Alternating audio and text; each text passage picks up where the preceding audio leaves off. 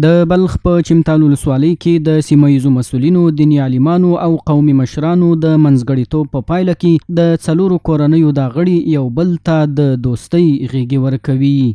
نو دا مې غوښتنه د ټولو څه ده چې مسؤلو ته د پای ټکی کښېږدي، که په کوم ځای کې کار شروع کړي، هر چا د خامخا معلومېږي په وطن علاقه کې باید دا کار وشي، او موږ په هره معنا باندې ځکه د نورو کارو د امنیت او د آبادۍ د دې ترڅنګ دا مې کوشش دی چې ټول افغانان پر یوه ټغر کښېنو، تفرقه نه غواړو، څوک نه پرېږدو په یو نامه بل نامه باندې چې تفرقه راولي یا مشکلات راولي، چاته اجازه نه ورکړو چې په هر کنج کنار د افغانستان کې یو نفس ژوند پیدا کوي. په دې ولس کې امارت اسلامي ورته متعهد دی.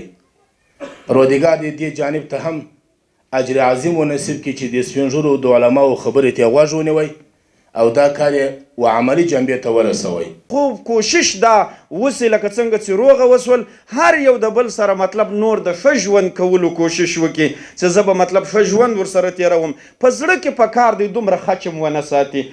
3 لسیزې وړاندې د سیاسي ګوندونو او کورنیو ستونزو پر مهال په دغه اوږده دښمنۍ کې د دغه 4 کورنیو 6 غړي تر خاورو لاندې شول چې د روغې جوړې په جرګه کې ژمنه وکړه چې پخوانۍ ناوړه پدیده به بیا هیڅکله نه تکراروي. د بلخ ولایت قومي مشران د اسلامي امارت هڅې ستایي چې په هیواد کې دارنګه ګڼ شمېر کورنۍ سره روغې ته کېنولې. شکر ده الحمدلله دغه دواړه جانبه څه دي دې کې 4 کورنۍ، 2 د یوې خوا 2 د بله خوا نه، دغسې د 15 کالو راهیسې نه همدغه بدي په دا منځ کې. شکر الحمدلله نن د سپین ږیرو په تلاش، د علماو د شیخ صاحبانو په تلاش باندې نن دغه ته الحمدلله د چمتال په ولسوالۍ کې د پای ټکی کېښودل.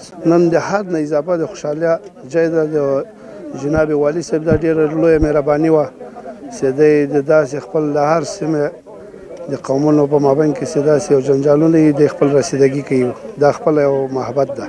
دا په داسې حال کې ده چې د بلخ ولایت سیمه ییزو مسؤلینو او قومي مشرانو هڅې پیل کړي ترڅو په دغه ولایت کې د ټولو قومونو ترمنځ پخوانۍ شخړې حل کړي.